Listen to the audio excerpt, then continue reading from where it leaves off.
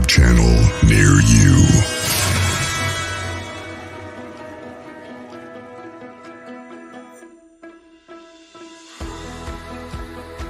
Hello, Little Twisted. Hello, Rest in Peace Paranormal. Roger Blair. Jesse C. Welcome. Leona King. Welcome, everybody, to another edition with Alethea Jacob. Welcome. How you doing there?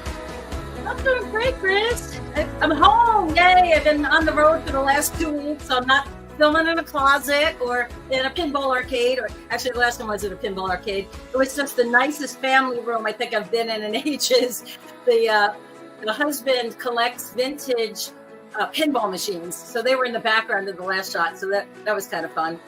Right. But yeah, no, I'm back home, and of course, after being on the road, you know how it is. You have bills to pay and chores to do and errands to run and laundry, and the list goes on and on and on. But no, it's good to be back. And yes, it is. It is good to be back in Kentucky, ladies and gentlemen. It's wonderful to be home. Yeah, how was your week and your travels? Anything you want to share with us? It's been long, but it's nice to be back in your home state. But I'm going to be back on the road the next day or so going to Michigan. So then after that, I'll be back into Kentucky, and I'll be filming again in Harlan, Kentucky. I'll be filming the Paranormal Sisters on a paranormal event in Harlan, Kentucky. So that'll be interesting. So yeah. And after that, I don't know where I'm going. I have to look again, and I'll be on the road again. No matter where I'm going, Grizzly's on the road again. But yes. You have a nice voice there, Grizz. Wow, yeah. Look at you singing. But cool. I got a wonderful board that could help me sing. Oh, okay. Yeah. I love to sing too. So we'll have to figure something out sometime. We'll do some spiritual singing and see what happens. Right. Absolutely. Absolutely. Yeah. So yesterday was the 24th, and September 24th is a day with a lot of personal significance for me. My brother Richard was born on September 24th, 1964. He would have been 60, and he was my little brother, but he died when he was 41 years old. And it's just inconceivable to me that 19 years have gone by since he crossed over. And interestingly enough, September 24th was also the day that my mother died 6 years ago. And I had a premonition when she had her accident and was in the hospital.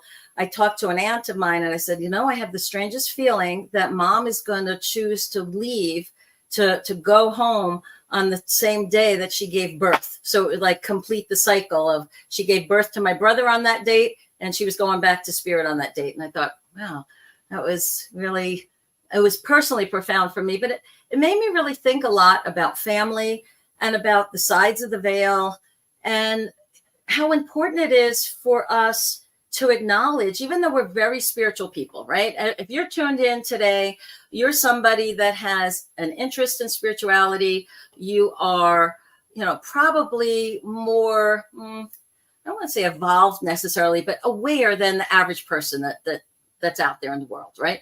And so when we deal with grief, when we deal with the death of a loved one, whether it's recent or whether it happened 19 years ago, right?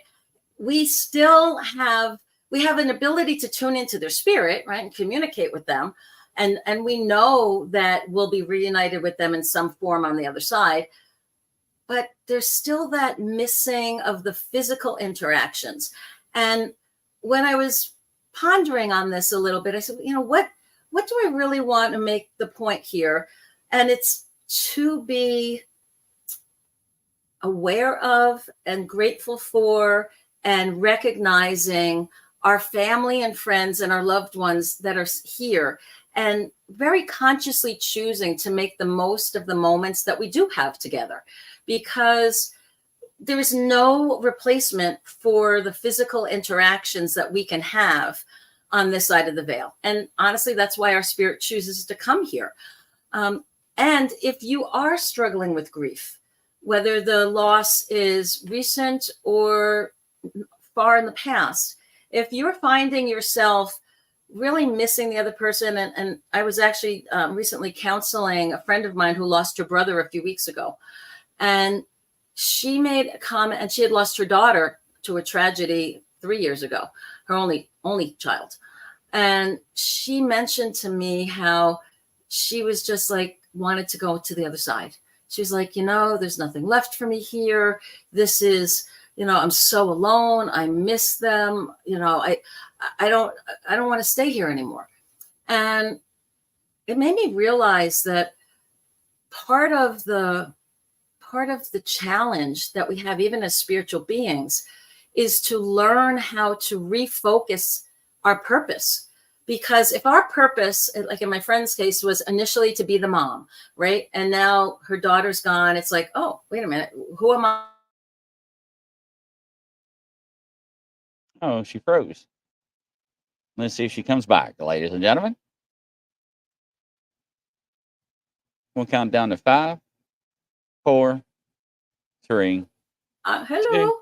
All right, there she's back. You got me back? Oh, sorry. That was weird. I don't know what happened there. I still had you. I guess you didn't have me for some reason. I apologize. So, I don't know what was the last thing you heard, Grizz? Go back 30 seconds. Okay. All right. So one of the things that occurred to me, and my friend was wanting to go onto the other side of the veil, like, not that she was suicidal, but she didn't have a sense of purpose anymore. And so one of the things that occurred to me is that if you or somebody that you know and love is grieving and mourning and really struggling with the death of a loved one, and I don't care if the loved one is their goldfish, their cat, their dog, their husband, their wife, their kid, whoever, love is love, right? And we shouldn't judge the depth of the feeling or the connection that we have. Maybe the goldfish might be a stretch, but anything other than that. And if you're really in love with your goldfish, please forgive me. I'm not that enlightened. But one of the things that we have to do is we need to rediscover and redefine who we are in the absence of that loved one, in the physical absence of them. Their spiritual presence is always with us, and we'll feel them and tune in. And that's also similar to a life change, right? If you're retired and your whole purpose was, I was a teacher, I was a businessman, I was a military officer, whatever, right? Whatever that role was, and now you're retired, in a way, it's not a death, but it's a major life change where you have to figure out, what is my purpose? I was divorced kind of out of the blue. We talked about that in a past episode. But I had to figure out, after spending 16 years with the man who was my husband, I had to figure out, who am I? Who is Alethea? Who is Alethea if she's not his girlfriend, his fiance, his wife, his business partner, his best friend? Who am I when he's not in that role anymore? So we have to turn to spirit and ask for that guidance and invoke the angels, invoke the benevolent spirits, interdimensional spirits, loved ones in spirit, anybody who is available to help us, to give us not just comfort, but to give us some of that guidance. It's also a good time to turn to some of our friends and family, spiritual advisors, coaches, and trusted professionals to get help that we need. We were never meant to go through things alone. One of the things I asked Spirit, I said, what would be the most important thing I could share tonight? And of course, I picked stuff to do a reading, and I'll do that in a minute. But in my book, there's a section on questions from Spirit. And one of the questions that came, a couple actually here on the top, it says, is it part of the reason we sort by others and define ourselves in relationship to them because on the deepest level of our being, we feel our connection, our oneness, and we long to return to that unified state? So that obviously echoed very much with what I had been thinking in the context of loss and redefining purpose. And then the next couple of questions here, will you be the hero or the victim in your own life? Will you be responsible for your own journey? It is not so much what happens to us, but how we respond and what we do because of it. There is great truth and power in what Joseph Campbell once said. We must be willing to let go of the life we have planned in order to embrace the life that is waiting for us. What makes you feel most alive?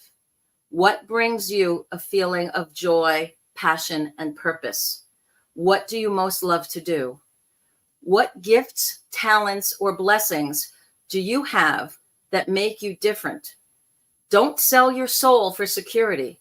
Do the things that make you happy and stretch yourself. The universe will open doors once you break through the walls that hold your spirit back from soaring. Wow. And that's in my Portal to Potential on Amazon. You can get a copy of it. It's $10. All proceeds go to the scholarship fund for the Monroe Institute. Little commission. So when you think about what is holding you back from the purpose that you're longing to do, times of transition and change are perfect opportunities for that self-reflection.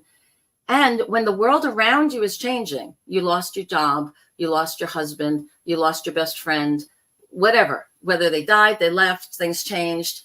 Oh my goodness, there's all kinds of natural disasters that are happening all over the place, right? Could be that too, right? Something happens and it's like, I can't be that same person anymore. I can't be in that role. Well, who do I want to be?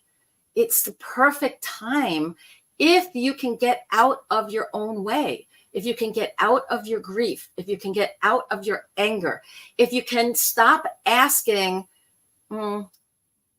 non-productive questions.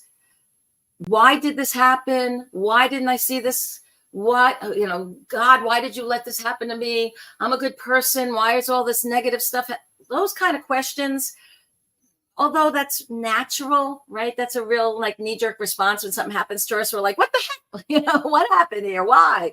What did I do? Why didn't I see it? Especially when you are intuitive. You're like, hello, a little heads up would have been nice, right? You want to know what's coming so that you can be prepared for it as best as you can, whether it's to help yourself or to help others that you care about or are in service with. So when those opportunities come, the better questions to ask is, so this now what? Okay, so if I'm no longer that person, if I no longer have this relationship and interaction with these people, this business, this profession, what would most make my soul soar? What would most allow me to express my creativity and feel joy again in my life?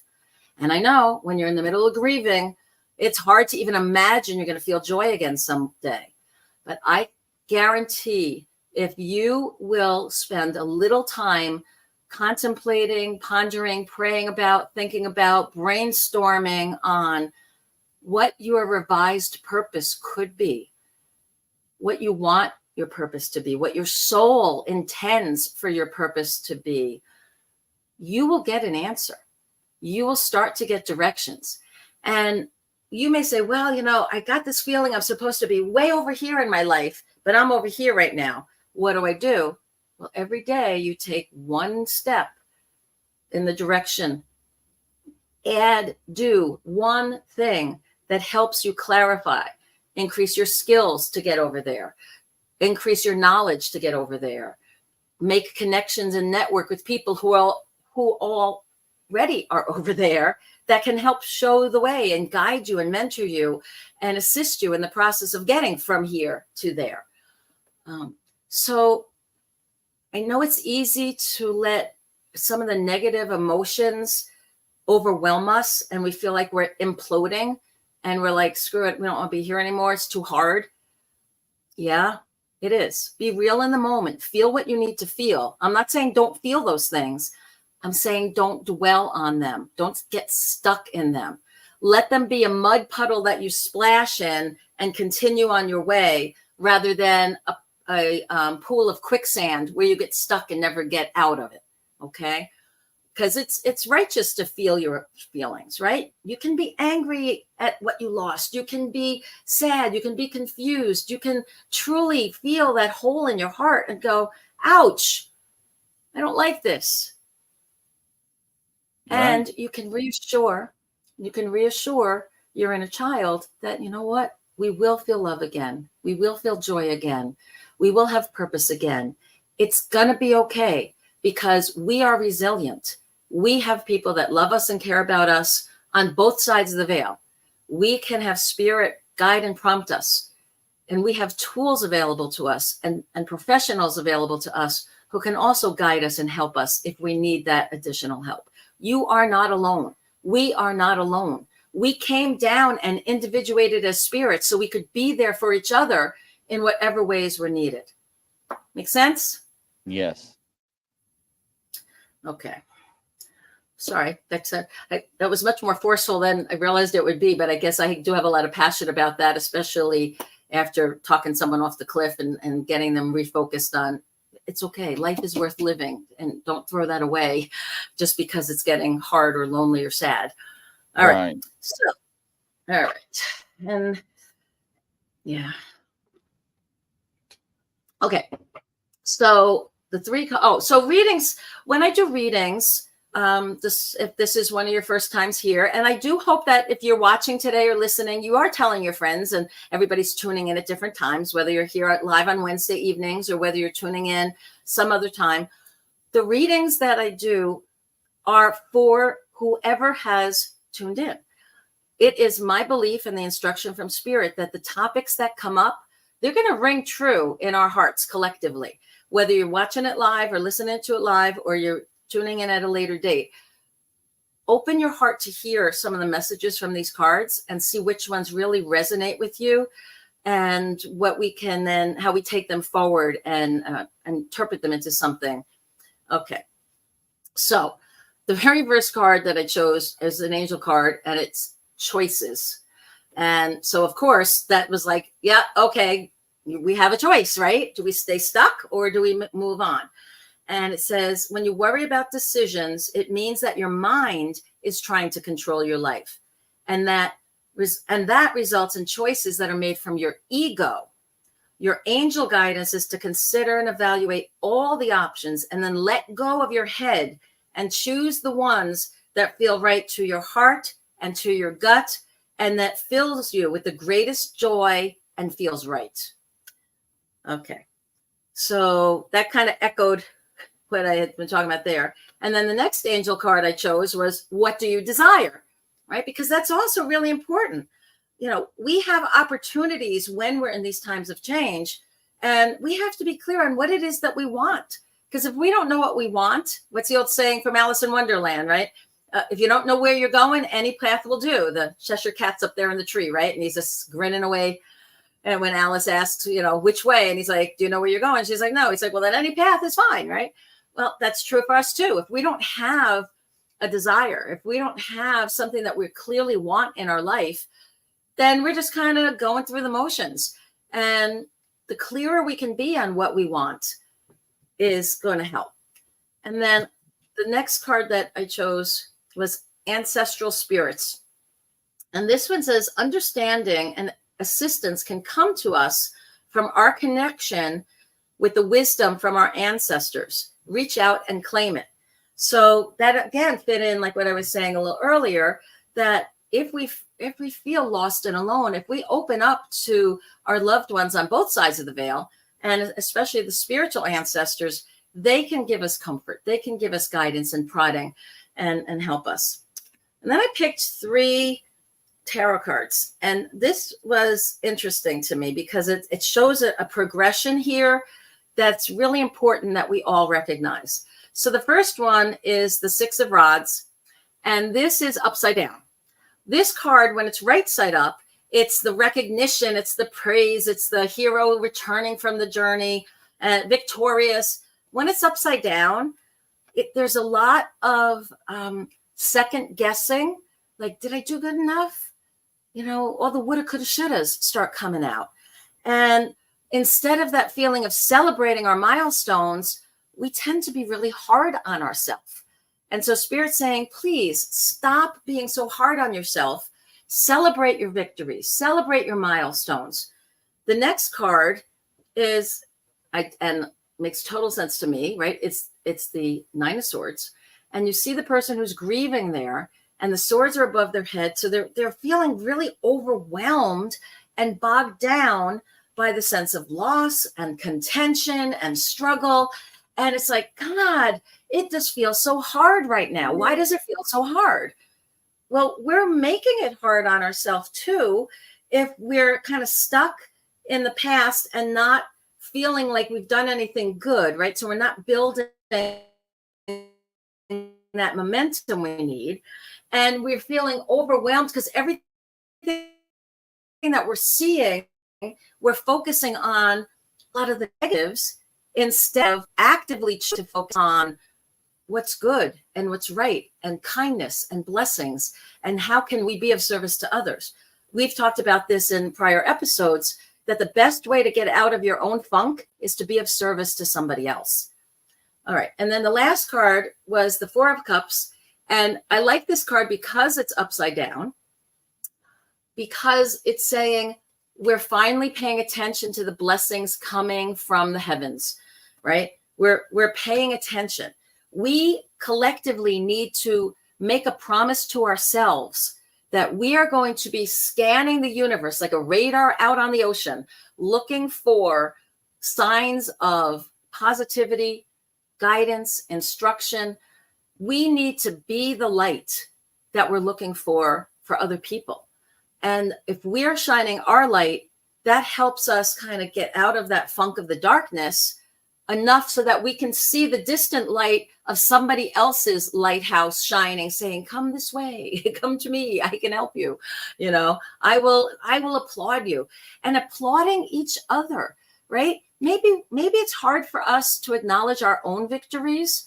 You know, I think it's pretty normal to be self-critical in this world, right? You know, very few people that I know that, unless they're a complete narcissist, walk around going, yeah, I am fantastic. I'm great. I'm wonderful. I am the best person you'll ever get to meet in the world. Now, I might be able to say to you, I'm probably the most dependable person you'll ever know because I'm a loyal friend to my friends. You know, if I give you my word, I'll follow through. So I can feel okay about, and we can feel okay about boasting or claiming our positive traits, right? And our skills. I can say, you know what? I could probably read tarot cards better than most people on the planet because I've been doing it for 40 years, right? And I can read energy and I can do what I do because I've been doing it for 40 years. Well, I can't sculpt or paint as well as the sculptor who's been doing it for 40 years or painter who's been doing it for 40 years, right? So I'm not going to overblow my ego and be narcissistic, but I also have to be realistic about where am I strong? What are my positive traits? And if you're having trouble because you're down on yourself or you're feeling stuck because life is really challenging right now, that's where friends and family can really come to our aid. And if you see somebody who is struggling, one of the best gifts you can do for them and ways that you can help them is to remind them of their blessings, of their gifts, of their skills, of how they have made a difference in other people's lives, how they have served a purpose. And, you know, sometimes we don't know the impact we have on other people's lives. We don't know that the word that we said, the advice that we gave, the homework assignment that they actually carried out and did changed their life. You know, we may not know that unless they tell us. You know, so sometimes getting that feedback or giving people positive feedback and positive encouragement is such a blessing that we can do for others. And I guarantee you, if you do that for somebody else,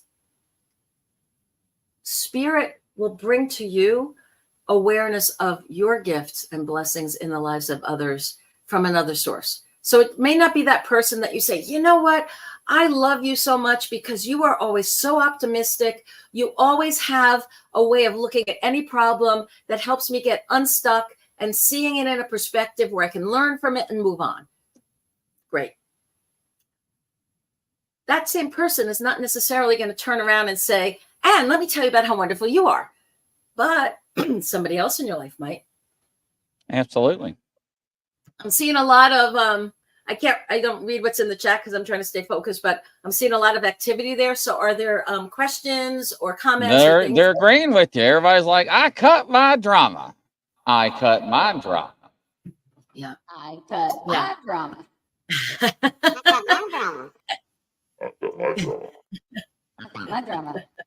I cut my drama. Yeah. Well, yeah, everybody's cutting their drama. Yeah. So yeah. And they're cutting their comments. Yeah.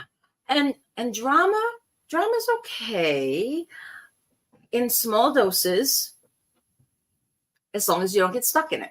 Right? Again, I do not do drama. Well, I will cut thee from the roofs of my tree. I will tell you, I think we have to define drama here. So I think like if I got a flat tire as I was driving to get to an engagement and I'm on the side of the road, I might have a drama moment. I'm going to have a hissy fit. I'm going to be like, oh crap, I'm going to be late. What do I do? Oh my gosh, and when I call somebody, it's not going to be this calm, graceful, whatnot. It's I'm not going to be like Buddha-like and one with all things, right? I'm going to have a moment of drama. I think the kind of drama that we have to be very cognizant of avoiding is taking on somebody else's drama or holding on to a moment of drama and turning it into a lifetime of drama. So if every time you saw me, I told you the story about how I got a flat tire on the way to an airport and I missed my engagement and I was so pissed, it's blah, blah, blah, blah. Okay, that would not be appropriate. Telling the story once, what's that? What are those? Crucifixes. Oh, 2 crucifixes. I got Jesus on my wheel. Hey, let me tell you something. In my studio, I got God. I've got Jesus. I got holy water. I've got crucifixes. I'm being serious. See, I do not do drama. You come to me, I will cut you from my family tree. I will cut you from the network. I mean, I do. I don't. Yeah. Don't talk to me about somebody else. No, that's gossip. I don't gossip. I don't gossip gossip is really either. bad. No, I'm not a gossip. No. If you can't tell me straight to my face, well, I'm from New York too, so I don't have a problem telling people straight. So, but I know a lot of other people in parts of the country, they say they're more polite, but I just found out, and you have some Southern roots there, Grizz. I just found out that when a Southern woman says, "Oh, bless his heart," that's really not a good now, thing. Wait a minute. Hold up. I say, I tell people, bless your heart. And I'm being serious. And people are like, Grizzly, are you? What I'm being serious. Now, one thing I tell you, I cannot stand is when people are like, I'm a Christian. Don't you ever tell me you're a Christian. Because I'm like, you do not act like a Christian because I hear you talk. I see how you act. And you go to church and you be like, oh, victory in Jesus, my Savior forever. Yeah. And I'm like, shut the front door. Yeah. I mean, that you hypocrite. Well, you know what? It takes intention to walk your talk. Talk is so cheap, right? That's a phrase that's out there and it's so true. Talk is cheap, but are you somebody that follows up? Do you walk your talk? Absolutely, I am. If you know me, you will say Grizzly's got a moral and ethical compass. Yep. I'm just saying. And that's what I know about you, and that's why I'm on your network and not somebody else's. Absolutely. Because I agree with that. If you can't have ethics and morals and be honest, even if you have to deliver an uncomfortable message, I would rather have a truthful, uncomfortable message than a padded lie or a made up fabrication because it's uncomfortable to bring up a tough subject. Because you know what? If we're truly here to help each other, who else is going to tell you got toilet paper on your shoe or a booger up your nose? Right. Than somebody who cares. Right? You're going to let that person walk around that way? No. I was in a position the other day. I was told a plethora of things. A plethora of things. I did not raise my voice. I did not say two things. I was not out of character. I said, okay. And I did what was morally and ethically right. And I did what was called for me to do. I did the right thing. Right. And once I turned my back, I do not turn back. I'm sorry. I just don't. Right. Right. I just don't. And I think that person found out. So, and I'm not big headed. I'm not arrogant. I'm not that way. It's just people have to understand. And we talk about this throughout our shows on the network, ladies and gentlemen. You stand tall and you stand pride, Right. and you stand how you stand. And, you associate yourself with the right people. Right. And people don't understand that. And when you deal with people like you vibrate on a vibration. And we deal with light and with God. And when we give spiritual readings, that's what we say, spiritual, right? We don't MF this, F that, GD. No. We don't do that stuff. And I see people give these readings and spiritual readings and talk to the dead. And I'm like, what are you doing? No, you are a hypocrite. You are not a word or a messenger of light. So I'm just saying. But anyway. Yeah. No, I hear you loud and clear. And it is definitely one of my soapbox items to tell people, I don't care what excuse you make. Do the right thing. Absolutely. All the time. Do not make excuses why it's hard or why you can. No, do the right thing all the time. Period. And be loving. You say you're a Christian. Okay. So truly, what would Jesus do in that situation? What would he say to that person? Would he be saying or doing what you're saying or doing right now? I don't think so. If he was in the room, would you be saying or doing that exact same thing if he was there watching? He is watching. And ladies and gentlemen, I'm not saying I am the perfect person by all means. No, I am by far the farthest from the grace of God, right? Because we all fall short. However, I strive to be the best, right? Right. But just like somebody just said, birds of the feather flock together. Right. But when I see people give these spiritual readings and do tarot cards, you have to be in the right mind, in the right spirit realm. And people are not. And I don't think that is in the right mind or in the right realm to do that. That's just my opinion. I will tell you, when I was on my trip, I met with a friend of mine who's younger by a good 15, 20 years. And she was showing me some YouTube videos of some younger readers and internet sensations that are out there that have like 500,000 followers and this. Oh, yeah. And they showed me a couple clips and I almost got ill. I was like, oh my God, this person is just in it for the money. She is saying stuff.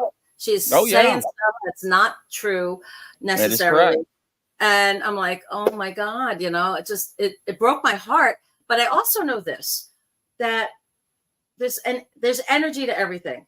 And if you don't have the energy to support whatever you're doing, then like a house of cards, it's going to collapse. It's not going to last.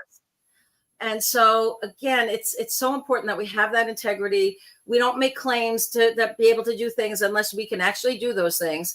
And you know what? Spirit also gives us gifts and at times that we can handle, but we are also then held to a higher standard of accountability, right? If you're just playing around, if you're out there and you're like, hey, I want to learn how to read tarot cards. Well, you can come to my Halloween show and learn how. I'm doing a little workshop, a 2-hour workshop. So if you're not trick-or-treating and you want to learn how to read tarot, come to that Zoom workshop. It's $25 for 2 hours. I'm trying to make it nice and cheap and easy so people can come. You can learn how to do that. Well, if you then learn how to do that and you go read for a friend and you don't quite get it right, it's not gonna impact your soul and be like, oh, dun, dun, dun, right? No, you're experimenting. You're still new at it.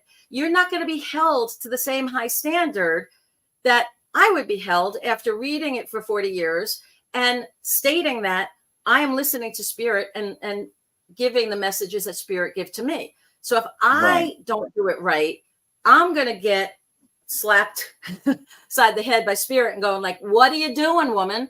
You have the tools, you have the training, get out of your ego, get back to listening and share it, right? We are held to a much higher standard. And I also know, I don't know if you guys have read about people like Aleister Crowley and some people like him. They suffered horrible ends because what started out as kind of a pure experimentation and a really eclectic interest in the occult sciences turned into something much darker. And he had a very bad ending. And in a way, it was like spirit saying, you knew better, you abused. And so now a lot of that negativity implodes back on you.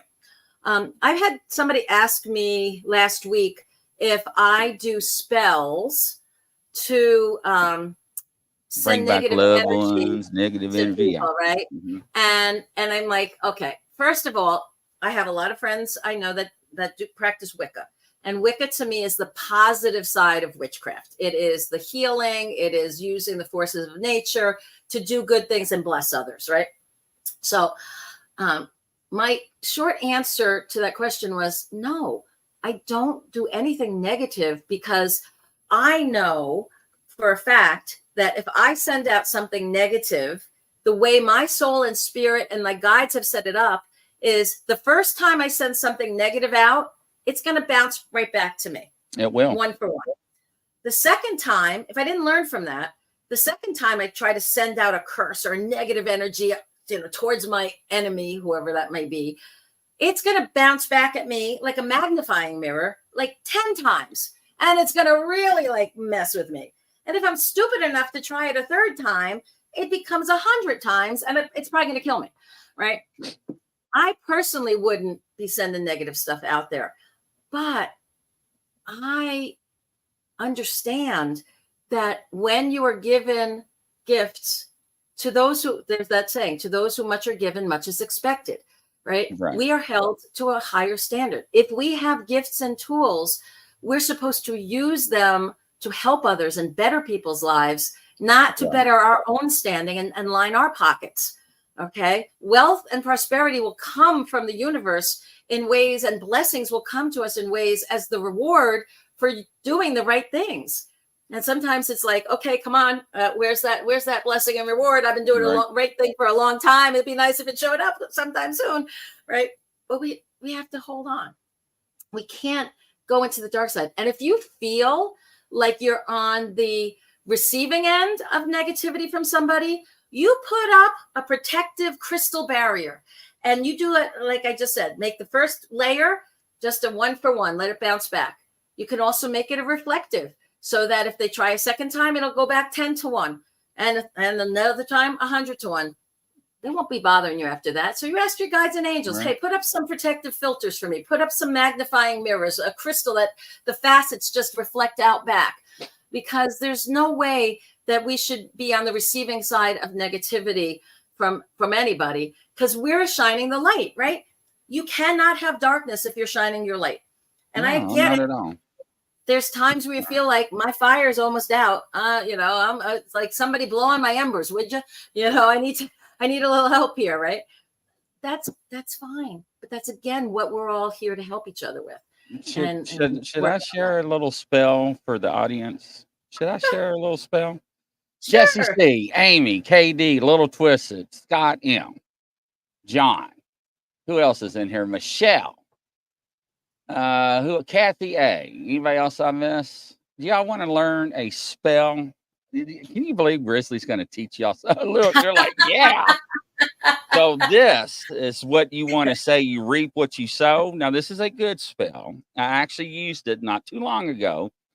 And this is the only time you're going to hear Grizzly talk about this. You want to use this. And look, everybody's like, yes, I'm plugging ears. So you want to get a piece of paper. And you got to hear me. Get a piece of paper. And you want to write only positive things. You do not want to write any harm to this person. You write the person's name down. And you write your intentions.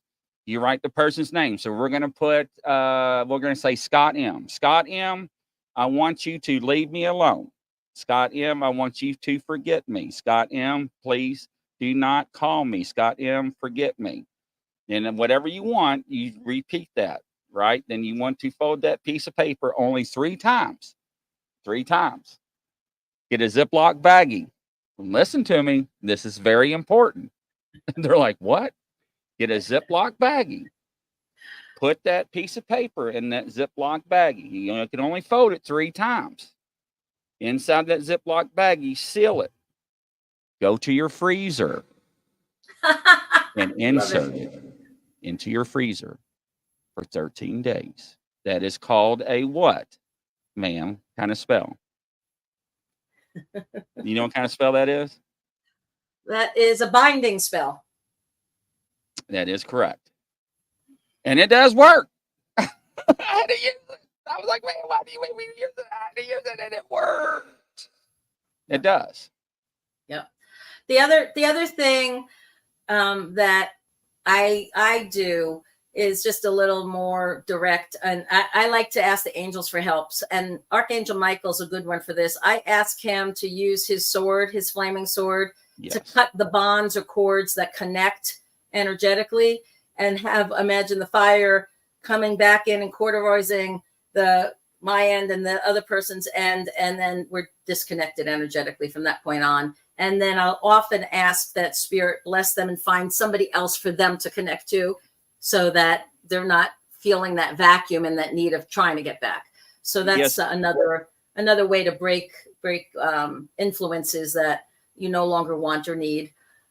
It's also a freezer spell. That is correct, Lori. Yes, a freezer spell. And yes, it does work. I did use it. And I didn't take mine out. Mine's still in the freezer. And we can also do positive type spells, if you want to call them that, or affirmation type exercises when it's a full moon or a new moon, and we can write things down that we want, and we can then burn it in the moonlight or the sunlight, depending what you like to do there. But basically, it's like putting it out into the universe and just letting it go, right? Binding is different, right? You're trying to so you stay put, so that's fine. But the point of this whole conversation, this part of it, is about accountability and responsibility, shining our light, being a benevolent force. And I will say this on every episode if I have to. We have a duty and a responsibility, not just an honor and a privilege, to shine our light and to use our spiritual gifts to help the planet, our brothers and sisters, our family, our friends, and ourselves. Okay. It is our responsibility to shine that light, to be a benevolent force for good in the world, especially now. I mean, I almost challenge anybody to look around and say, yeah, I don't see any darkness anywhere. My life is filled with life, and all my environment is filled with light, and there's no contention and no drama, and there's nothing else around me. It's all light. Good. Awesome. Show me the way, right? Shine even brighter so more people can be attracted to you and learn what you know how to do. And when it's darker, it's even more important to have the light. And you know what was really interesting? If you've ever done this experiment, don't look in this freezer. I know, right? I'm sitting here laughing. I'm like, what the heck, people? That's funny. Sorry. That's why I don't read the comments. It kind of takes me off, but that was a funny one. So I totally lost my thought. Oh, so light. So if you're in a really dark room, the littlest teeny light can break that darkness, right? So I know some of the sleep experts say, sleep in a totally dark room with, the temperature nice and low, that helps with sleep. And so I tried that once, and I'm like, you would not believe how many things have little lights on them. All the electronic devices, outlets, you name it. Just that little bit of the light makes a huge difference in the room. Well, think of ourselves, even if we don't feel like we're shining particularly brightly because we're struggling or we're going through some transitional time, even that little bit of light that we can muster is going to make a difference and dispel the darkness that is around us or can be a light for somebody else, even if it's just enough of a light they can get to the bathroom safely without banging into some furniture. Right. I don't know. That actually happened to me when I was away. I was sleeping in so many different places at different times. And at one of my friend's houses, she had a tall chest of drawers that was right next to the bed. And I got up at like 2 a.m. and I went and I'm like, bang. I'm like, I had this big bruise on my shoulder now. I'm like, okay, you know what? There wasn't a little light in this room. It was pitch black. It was the darkest room I've been in. And I'm like, yeah, we need to shine light. Right. So let's see where we're at. We got about another 15 minutes. So I would like to offer to read for the first person who asks a question that they think is of interest to the group. Whoever sends that question in, I'll answer the question, and then I'm going to tune into you and do a little mini private reading, just like 2 or 3 minutes. I'm gonna let it shine. Right. Just a lot of mine. Let's see who gets it in here, and that music is off. So who has a question they think would be good for me to answer, and then would also want a little quickie reading. Yeah, I like that song too. This little light of mine, right? I'm gonna let it shine. Brings me back to camp time. All right. Any questions? All right. Somebody said, I was just thinking of that song. Stop singing. I have enough trouble. Okay. Victory in Jesus, my Savior forever. So. Oh my gosh. All right. Let's see here. No questions. Right. All right. My mother used to say, "They're all." I got them stuck on songs. So all right, we'll do another song. No. Amazing. She's like, would you stop singing? How sweet the sound. And he's like, everybody's laughing. All right. That saved a soul like me. All right. Question. Here we go. Right. Why do we incarnate in such a challenging what we have to do? life? We have to start singing to make you That's finally right. ask a question. There you go. All right. Now we know. Now we know the clue here, Chris. Now we know what to do with questions. Right. We just start singing. Why did we incarnate into such a challenging life? Okay, so this is from Lori. So Lori, I will say to you that you are probably a more evolved soul that said, I can take on lots of pieces of the puzzle. So I believe that when we're in that world between worlds and life between lives, that we kind of caucus with whoever our guides or angels are, and we figure out, okay, if we're going to come into be born at this place and this time to these parents and have these big building block experiences in life, this is what I want to get out of it. And, you know, for some people, it's kind of like a coast lifetime. You know, they want to just kind of take it easy and see where it's going. But there's some people, most likely you, if you're asking this question, that said, you know what? I feel like I am ready to kick some spiritual butt and give me a lot of challenges and give me a lot of pieces of the puzzle that I can be on that spiritual scavenger hunt for during my life, that I can learn a lot and bring back all of this wisdom. And so when you're finding yourself in those kind of challenges versus like, oh, my life is just easy peasy and just floating through, it's probably because your soul said, I'm ready for it. You have the resiliency, you have the ability. I'm hearing the $6 million man. We can rebuild him, right? You know, you can go out there and really do what you need to do. And the challenges are stretching your soul and stretching your spirit so that you can learn even more tools and have more experiences and be of even greater service because of the wisdom that you're going to accomplish going through those things. Also, some of the challenges force us to turn to others, right? If we are truly overwhelmed, if we're like, okay, I've given it my all and I have nothing else we can do. I can't do this on my own.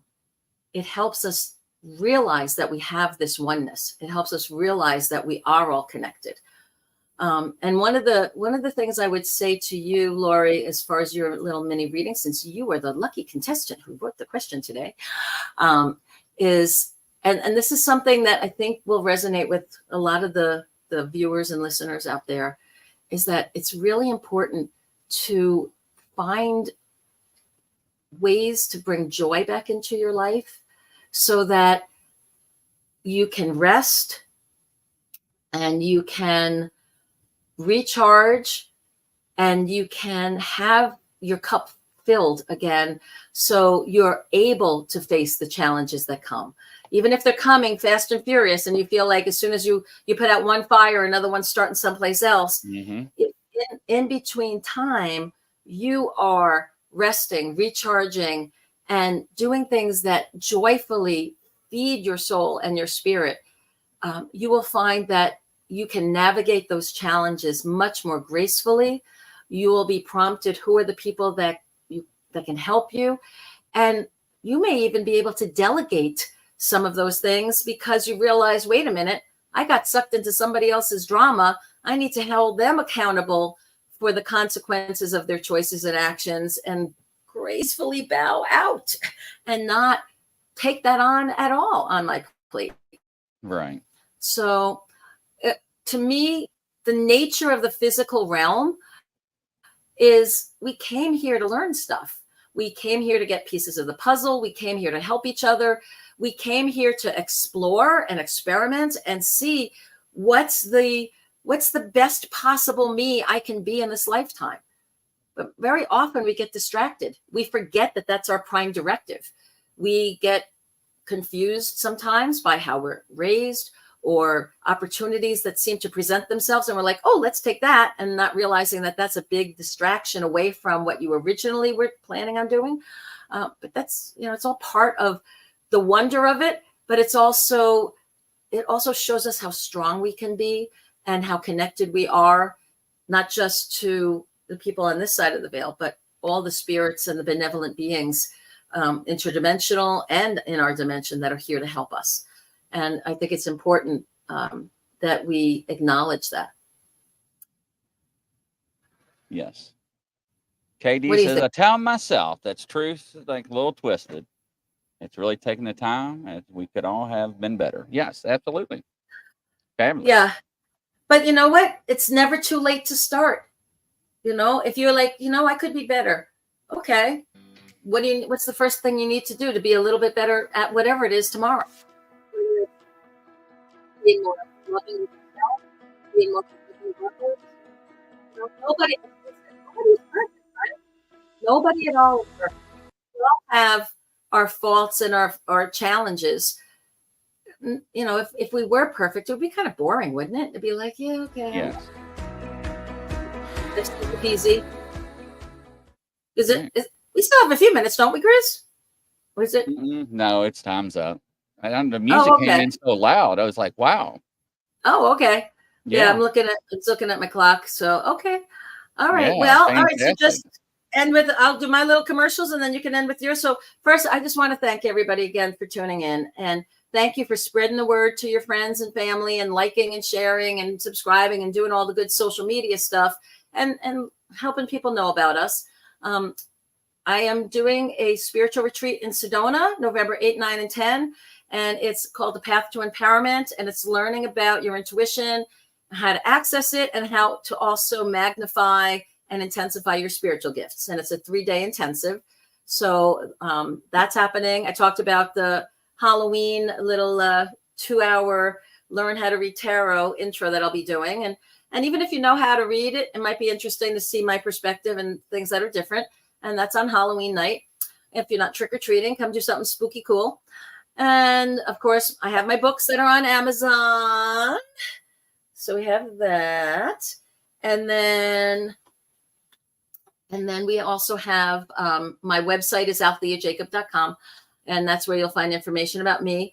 I actually had my first reading with somebody who saw me on a podcast just this last week. And I was really excited. I'm like, oh my God, somebody actually saw me online, liked my energy, liked the readings I was doing, and actually hired me to do a private reading for them. So I was totally jazzed. And I'm like, wow, that's kind of cool.